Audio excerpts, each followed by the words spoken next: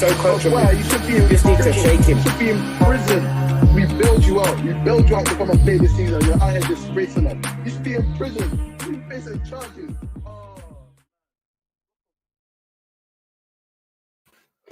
All right, people, welcome back to our final game week of the season. Game week 38. Can you believe we got here? COVID couldn't stop us. The league couldn't stop us. We're here. Game week 38. The dust is settled. The big games has finished. Hey, where do we start? Where else can we start apart from the King Power Stadium? Leicester, needing a win and other results to go their way, managed to lose 4-2 for the second time in the clutch of the season, this time facing off against Tottenham. Lavish, what happened? What happened to Leicester? Is my shit freezing? You're good. Was it clear? No, you're good. I don't know, man. I wanted to be so wrong with the Brendan Rodgers tax, but it exists. It actually exists now. Free is a trend. Once is a coincidence, but 3 times, really. Because we're counting the Liverpool slip up. That counts. What happened to Leicester? Leicester just capitulated, and I'm not just going to use this game to say they capitulated. I'm going to take the last six games, because if one dub would have got them out of this hanky-panky they were doing, and let me put it on the Newcastle game, because I'd say it was the easiest of the run. You don't lose at home to Newcastle in that manner. As for the game against Spurs, Leicester had 2 opportunities. Went ahead twice. Losing that game is unforgivable. You went ahead twice and you lost your head. The midfield, everything. You know, it's very difficult for a game to have no midfield. That game in the last 20 minutes had no midfield. It was an NBA playoff match. There was nothing left. I don't know where everyone was. Mendy and Ndidi, okay, were the only 2 midfielders I saw on that pitch. Both teams, Winks, mate, missing in action. Well, missing, but he made a last-ditch tackle. Well, a last fouled stitch tackle, which stopped an important counter by Leicester. But as a whole, Leicester just didn't take control of the game when they were 2-1 up. They didn't. That's the annoying thing, and I saw it happen. There was both players and Rodgers. There was a lot. Spurs gave them a lot of leeway in that. Before Spurs actually equalised, they had missed a lot of chances, but the pressure was building, and it was inevitable that that Spurs were going to equalise. It was inevitable. So at that point, if your players aren't taking control and in-game managing, Brendan Rodgers, you've got to take control. I see he did it though. He tried to bring on Iozi, took off Mark O'Brien. But again, what we've been saying this for 2 years, Banks. Iozi is not. He's not it. That's not. No. That's not the sub you made. No. It's just not. I'd rather you bring on Chowdhury and padlock that midfield, but because at least he's a little bit more of a presence on the pitch. But Leicester, they have nobody but themselves to blame. And yeah, we can put it on this Tottenham game because that's what we just watched today. But it's bigger than that. At one point, Leicester were like dead set to finish 3rd. The fact they're now 5th, it's a bit of a joke. We all thought it was one spot to play for a top 4, and then Leicester made it 2 spots, and then Leicester dropped out of it. All in all, Leicester fans shouldn't be upset. Leicester fans will take this season, a great season for them, finishing in a Europa spot with an FA Cup. It's a big trophy for them. It's a very big trophy for them. And yeah, it's a great season for them, all in all. But just how it's panned out. Going 2-1 ahead, going up against Tottenham, going ahead twice. You're just looking at them like you haven't played great today, because they didn't play great against Tottenham, but they managed to go up twice. See the game out. That's it. Like, now it's time for a little bit of character, a little bit of composure. But every time I saw them, they were dropping deeper and deeper, just giving the ball away to Tottenham. Like, as you say, it was a never ball that Tottenham were going to score, because if you keep giving the ball back to them, they're going to create something. So it was just annoying to see, like, you go 2-1 up here, but this isn't a great Tottenham team where you need to sit back and soak up the pressure. You did not need to do that. stay on your feet and fight. Like, you ain't got to go into the corner, go up against the rope, put your hands up. Senior man put a 2 out of 10. Yeah, every time he tried to dribble, it was just ineffective. I don't know what it was today. It was a very, very bad. And again, we spoke about Leicester's home woes. Like today, even though they went ahead twice, they just didn't look good for the majority of the game. They just didn't look better than Spurs, who with Ryan Mason in charge, it didn't look good. It didn't look good. They weren't better than Spurs for long periods of the game. And in a game where you kind of need, like, you still need results to go your way. You need to take control of your own destiny. You need to be able to go on the front foot, get a couple goals, and actually try and take the game to Tottenham. But as soon as they got the penalty the first time, they sat back. Exactly the same thing with the second goal. As soon as they went ahead, they sat back again. It was sad to see because Rodgers, this tag is sticking to you now, fam. Like, yeah, big up on getting the FA Cup, but hey, you can't do it. Like, the league is your bread and butter. The league is what you need to be. What you need to be finessing properly if you want to really make your FA Cup count. LH, that's lost at home. Leicester lost 9 games at home. Yeah, that's nasty. Nathan says Rodgers is a bigger fraud than Coney 2012. Hey, Coney 2012 was an absolute moment. I cannot believe that. Yeah, Leicester lost 9 games at home. That's disgraceful. Only Fulham, West Brom, and Sheffield lost more games at home, and Burnley lost the exact same at home. But Everton 9 games at home is a nasty amount of games to lose. 9 games at home. And like, we know their home form is bad, but damn. The only teams that lost more or the same is Everton and Brighton. Speaking of Everton fell off this season. Started off well, but Everton's going to Everton. Rodgers actually loses his mind when the world is... Say that again? I said my Evertonians that thought they won the league 4 games in when Pickford was celebrating and stuff, when they had a 100% record. That looks like a long time ago. Very, very long time ago. Yeah.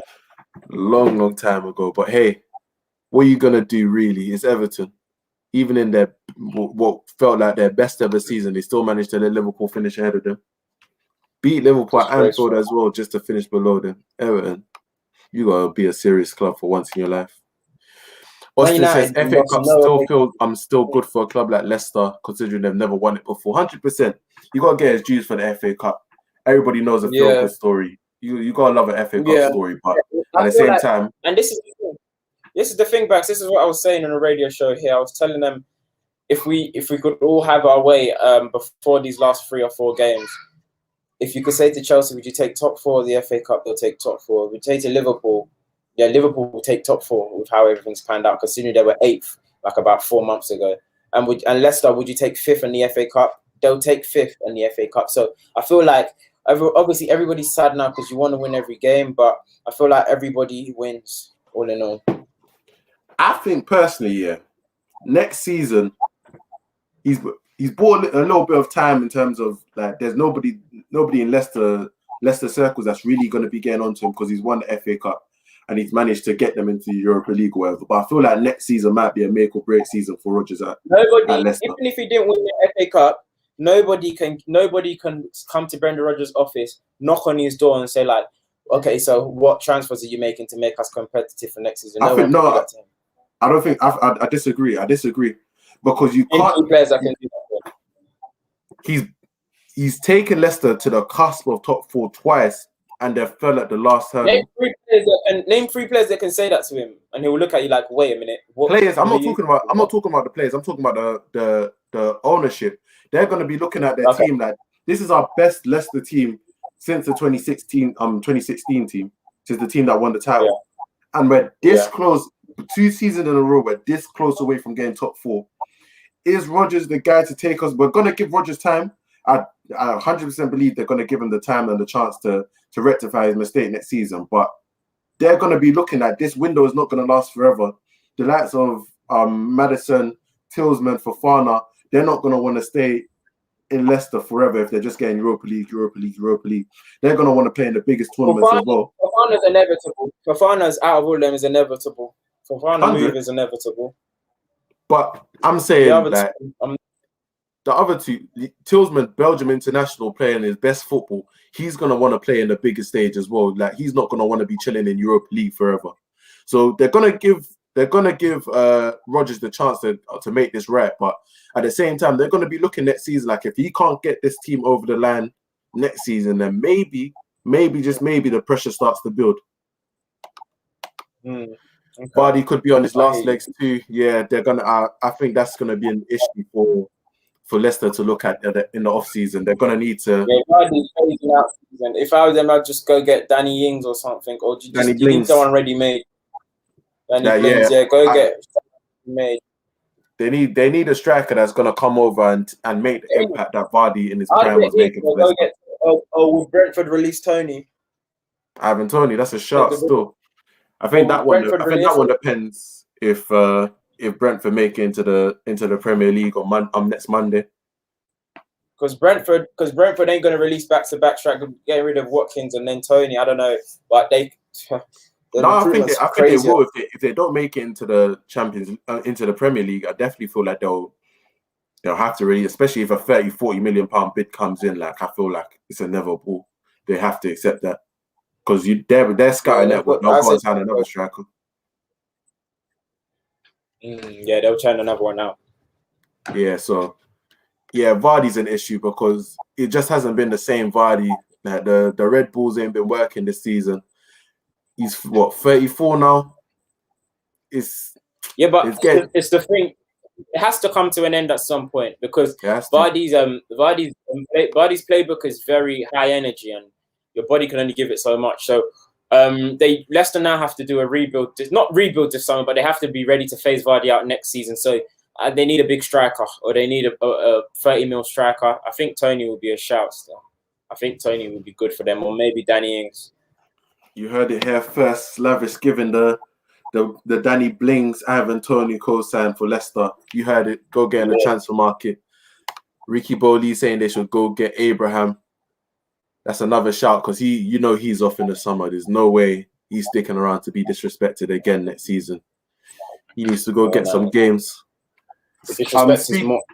Speaking of one of Tammy Abraham's former clubs, Aston Villa beat Chelsea at Villa Park on the final day of the season. If Leicester had managed to get the win over Tottenham, it would have made it very interesting because it would have knocked Chelsea out of the top four. But lo and behold, this result didn't really end up mattering. Maybe in terms of form going into the Champions League final. What did you make of the game, Lavish? The game, again, another one, very, very interesting, very, very high intensity at points of the game. Juggling through the two games because I literally had one on phone, one on laptop, and then TV, Goal Express. So I watched the Chelsea game, the first half of the Chelsea game, and when chances was falling to Mount. And I feel like the game could have gone either way. Villa not comfortably, but Villa won because Villa were better, to be honest. Do you see his goal? Traore's goal. Oh, yeah. He hit that top bin. He hit that top bin. And the ball was skimming. It wasn't even along the floor. It was skimming along the surface. He's got technique. You don't think I think that was a shank, bro. I think that was a shank. What? So you think that weren't deliberate? That weren't deliberate. To get it there. Nah, that was a shank. Go watch it back. That was a shank, most definitely. McGinn was on Kovacic and was on these back. Was on Jorginho. Was on these back. When I say high press McGinn, you don't want to see on a midfield pairing like Kovacic and Jorginho. Ate them up. And he had what's their midfield? What's his name? Marvelous. Marvelous, thank you. And Marvelous in there as well. I don't know why Douglas Luiz is up like that. Yeah, but it was a calm. Nakamba was good. Nakamba was good. I feel like he was calm. He was calm. I feel like he's adapted compared to last season. It wasn't a Grealish like good enough Grealish audition for him to get to England, but Grealish has built the stock to go to England. And who else played? Did you see? There was a mad touch he took in the first. Was it first? No, it might have been second. Oh, you messaged me saying took you see that touch. Ooh, hey! That touch was enough, man. Salah did a mad one as well on his weaker foot. I was thinking these boys are gifted. Gifted Boy, boys. these boys are gifted. Yeah, but Chelsea, Thomas Tuchel's going to be mad at that. Going to be mad at that performance because even though they went through off the strength of Spurs winning, Chelsea should be winning that game. And they didn't look threatening enough. They didn't look threatening enough. They didn't. Chelsea versus Villa shouldn't be tough. It shouldn't be tough. It shouldn't be a to me to you. And it wasn't even a to me to you. It was Villa winning, and if Chelsea got something out of the game, they got something out of the game. So Mendy's injured as well. So was that an injury that made him come off? I thought it was just like let me give Kepa some run. I thought it was just let me give Kepa a run out.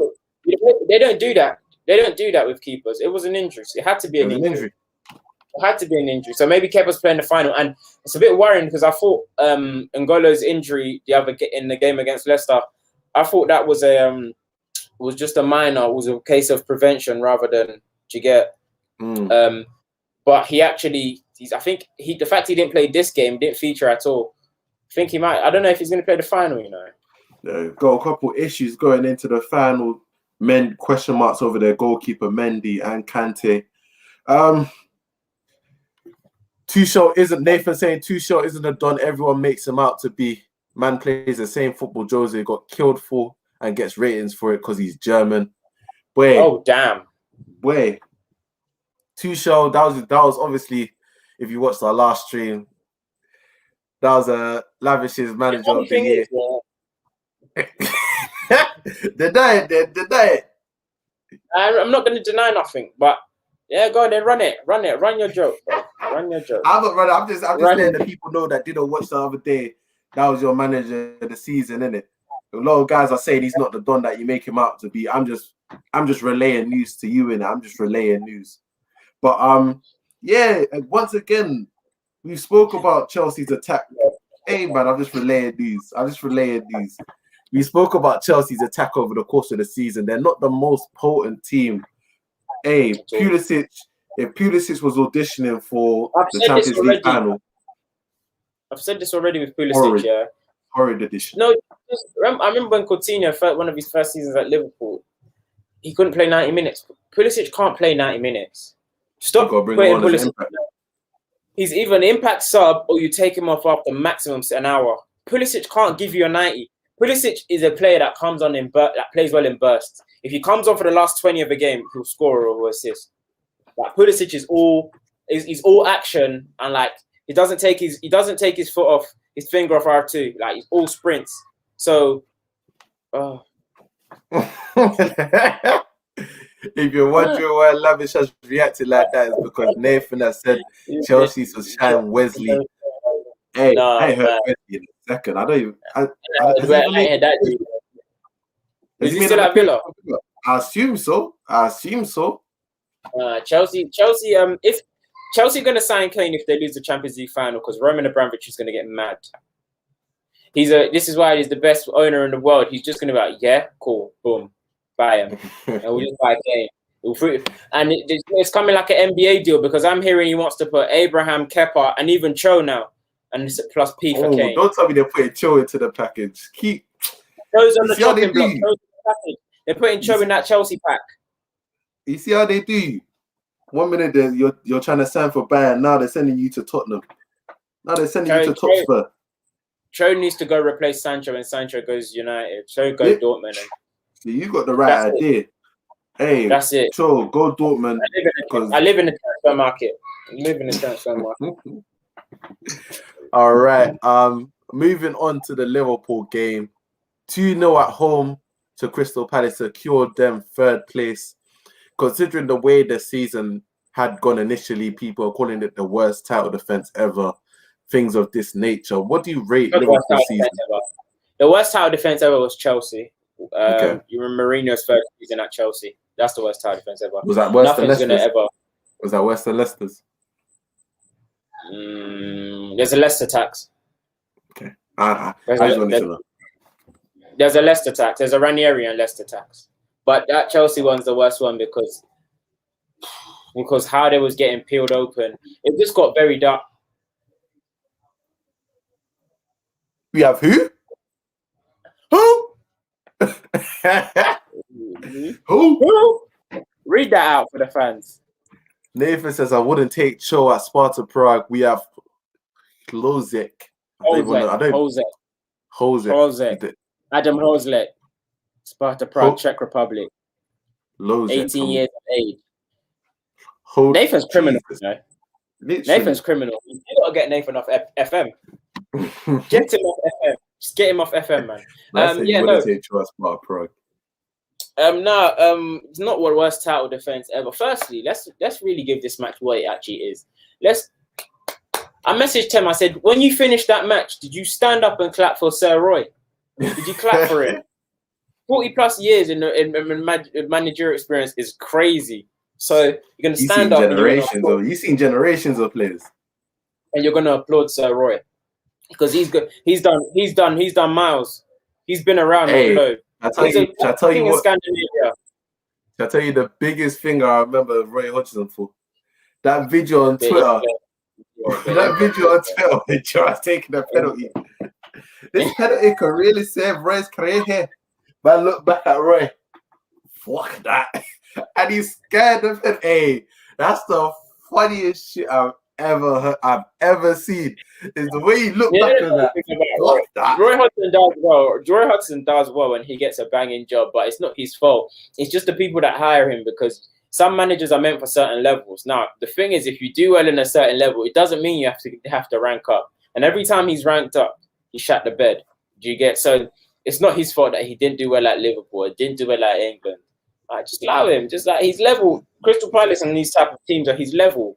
Roy Hodgson's average is like 35% win percentage. That's not top team level. But anyway, all in all, though, credit to him. So real Premier League and serious managerial legend. But as for Liverpool as well, Genie.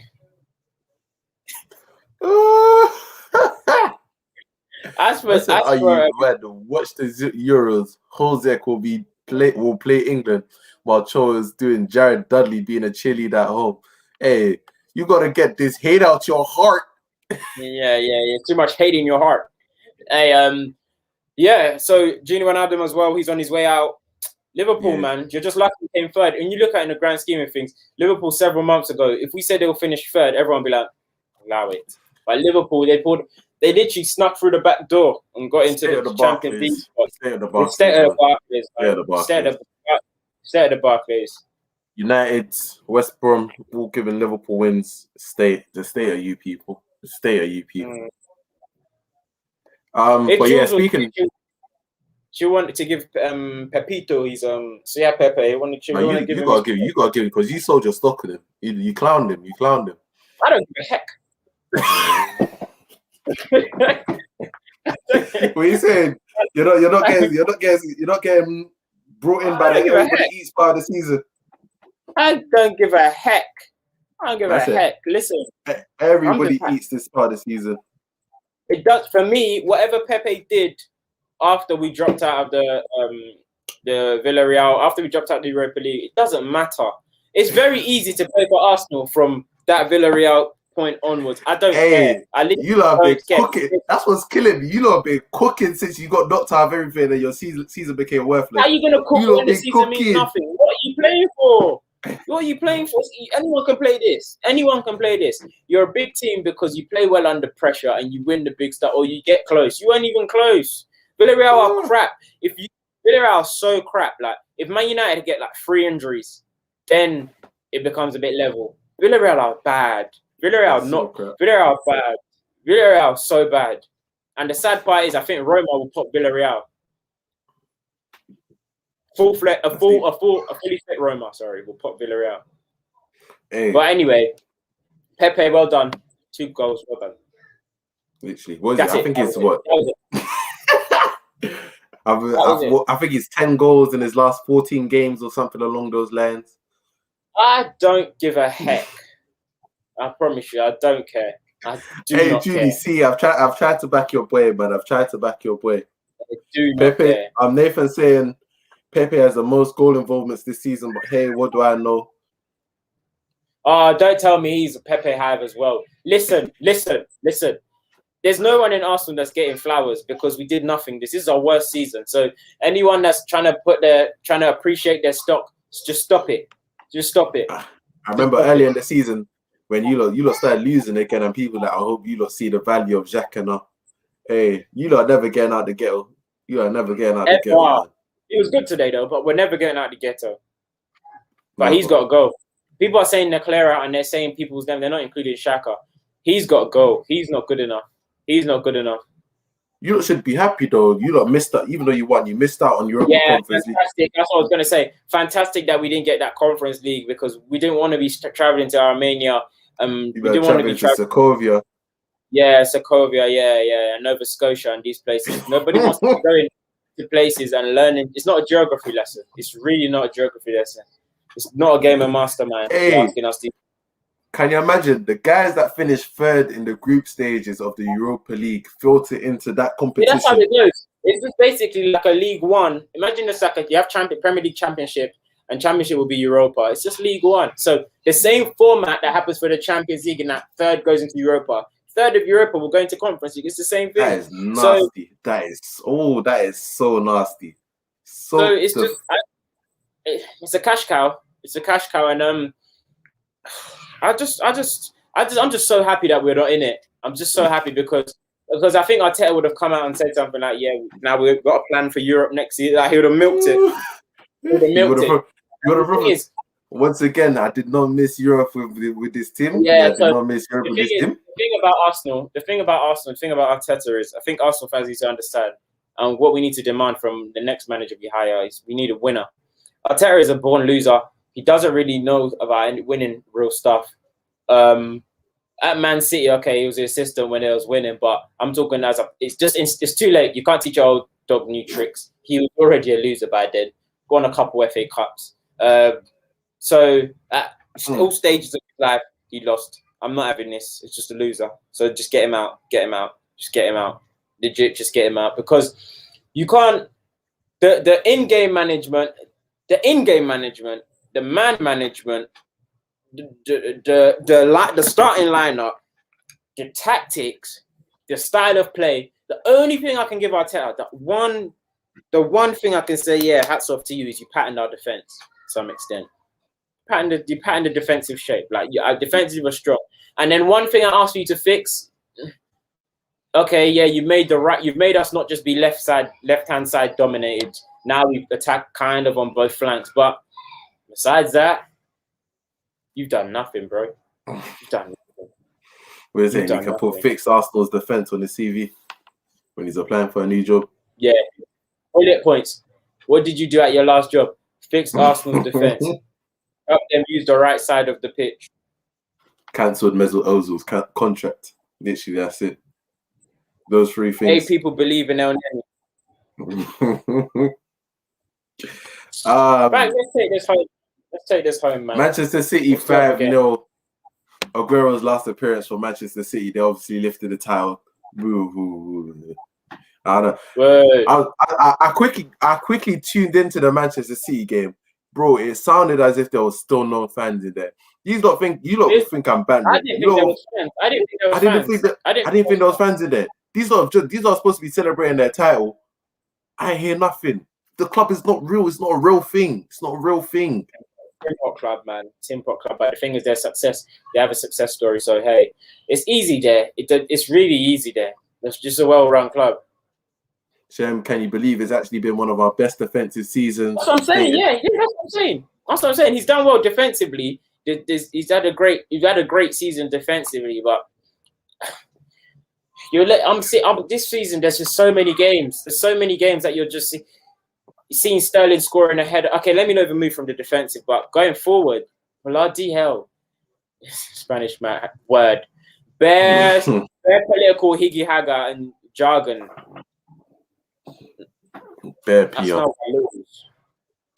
One question I wanted to ask: Sergio Aguero signs off with 2 goals in his final Premier League match. Where does he rank on the pantheon of strikers in the Premier League history? Where does he rank? He's top 5. Top 5. He's top 5. Top 5. Interesting. Top 5. Obviously, Henry, Shearer, Andy Cole, Wayne Rooney. he's in there. Aguero. That's the 5. Henry, Shearer, Andy, Rooney, Aguero. It's interesting. Aguero, It's interesting. Aguero, Rooney. Sorry, Aguero, Rooney. Or Aguero 4th. The reason they're interchangeable, to be honest, because Rooney carried Man United one season. Got carried single-handedly. How many seasons did Aguero carry City? You say he carried? It wasn't a carry job. There was at least another. He used to have a second man. There wasn't a carry job. Rooney was on his own that one season. Literally a carry job. And you can see Rooney. You can see the rust in Rooney's ankles and stuff. So, boy, it's getting long. It's getting long. And then he finished that transplant. Like, of course he would. So, yeah. Only one other game I wanted to. I won't even talk about the game. I just gave his props. Top 3 easily behind Henry and Shearer. Nathan, you put some respect on Andy Cole. Put some respect on Andy Cole. And yeah, I'll take, if you say he's 4, okay, that's fine. Maybe Rooney will be 5th, but Aguero's 4th or 5th for me. Andy Cole doesn't get enough flowers, to be honest. Only last thing I want to talk about. Manchester United have managed to go a full season unbeaten away from home. Where do you rank this achievement? Only matched by the Arsenal teams of 2001 to 2002 and 2003 to 2004. That's why I asked you to let me host, because I don't want you to ask stupid questions. I don't Where think do you rank the achievement? It's a good question. It's a good question. It's not going to be ranked anywhere. No, not going to be ranked anywhere. Yeah, league domestically it amounted to nothing. It's not going to be ranked anywhere. Fairs, I hear it. You get what I mean? All right, drawn 11. How many you lost? 6. You only lost 6, which is not bad. But you drew 11 games. Okay. Yeah. All right, people. That's been the final third. That's been the Premier League season. Hope you've enjoyed it. Make sure you subscribe to the channel. We would love to see. We've got loads of things coming up. Arsenal specials. Loads of things coming up. We've got the Arsenal review. We've got the Chelsea review. The United review. Spurs review. We're going to look at deep dive into the club seasons. If you know any City fans, send us their apps. If you know any City fans. If Kane stays at Death Row Records, we're going to be talking about that on our Tottenham special. Don't worry about it. Don't worry yourself about it at all. We're going to get that to you. Once again, tuning into the Tottenham special. Nah, he will. Make sure you subscribe to the Final Third YouTube. That's the Final 3RD. Make sure you follow us on the socials at the Final 3RD _. I've been your host Banks with my loyal co-host Lavish or Shemi or Shems or Oluwashemi Lore. We got options. Thank you, people. Have a very good night. Good weekend.